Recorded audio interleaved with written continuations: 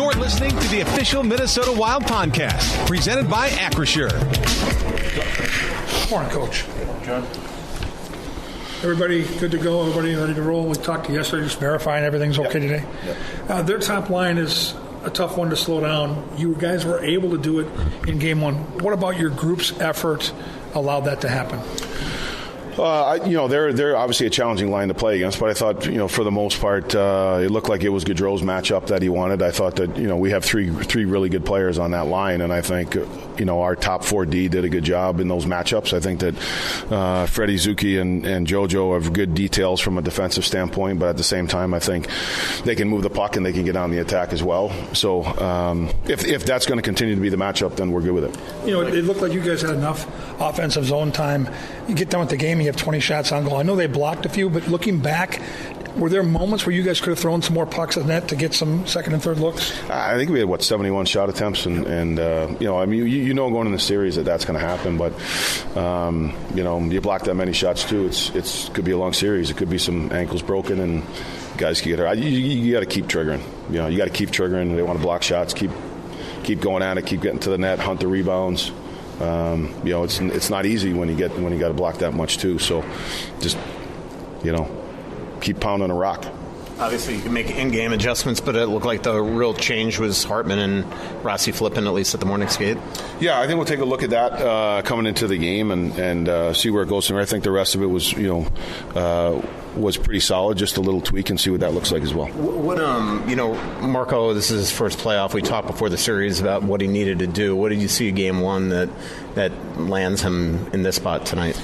Well, I think it's a combination. I think one, it's a little bit of some matchups. Some of it is how other guys played. I think that Brazeau and Trennan, I think when you look at the ozone time in the game, I would say it was X-line and Brazeau and Trennan. So I think, Marco's a really good two-way center. He's got some finish to his game. Playing with two bigger bodies, they establish ozone, maybe get some scoring in that area as well. I think just there needs to be just a little bit more from Marco in that, when you get to this time of year, there is another level of, I think, compete and speed, and like to see him get a little bit better in those areas. Now, in saying that, I think when you come into these series, when certain guys are going, you got to play them, and certain guys aren't.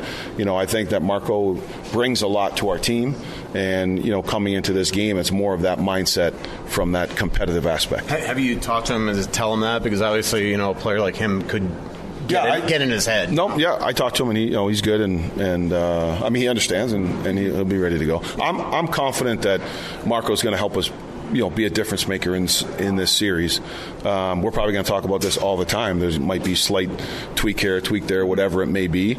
But going in, this is how it's going to be. Now, if I think in game, as I'm willing to adjust as well based on performance, based on matchup, whatever it might be. So that's how we'll start. Everyone understands where they're at, and then we'll go after it. How about Gus Nyquist? Played 10 minutes the other night. Obviously, no PK, in the game really. But what can he do better?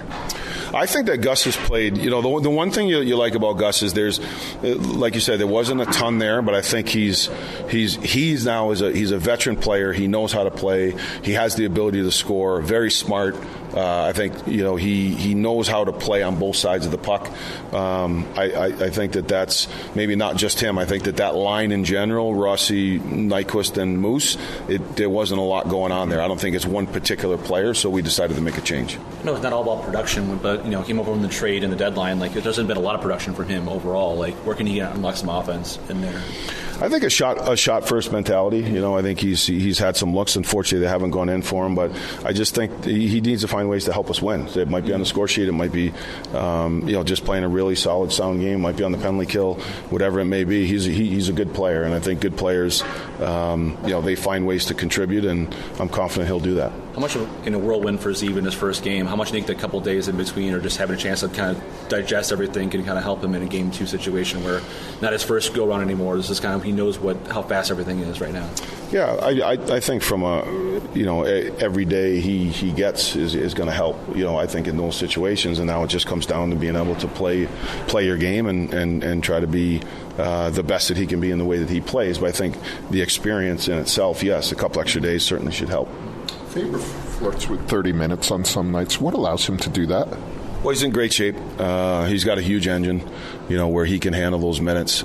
He's one of those guys that's kind of a physical horse, and he's ultra competitive. So I think when you combine those two things, it allows a player to play as hard as he does for as long as he does. Do you have to think about reining him in? You always think about it. Sometimes it's game to game. It could be whatever the situation may be. He's not regularly in and around 30 minutes, but there's some situations that do require it. So you monitor that every game. It didn't seem like Vegas strictly line match with your top line last game. They had a bunch of different guys going up against them. Do you think that might change with how successful some of the goaltending them were, or like how you kind of adjust to that? I don't know. I mean, we'll see how it plays out tonight. I don't have an idea what's going to come regarding that, but we'll know pretty quick. John, we've talked about how afternoon games you kind of have to adjust everything and do everything different. Is it different tonight when it's such a late game, 10 o'clock back home and all that? Yeah, not for us really, because we're here, we're in it, and it's we're on the regular 8 o'clock game day schedule. So I don't think for us it changes. Maybe for the viewers it does, but for us it's kind of a normal game day. Nobody's going to get to see it. No, yeah, exactly, especially on the East Coast. Yeah. John, I'm sorry, one more. As a coach, do you have to battle to not get into all the what ifs, right? Like the chess match, you look at the game and you're like, okay, they did this and we did this and maybe they're going to do this and we'll do this, or is that something that you want to do?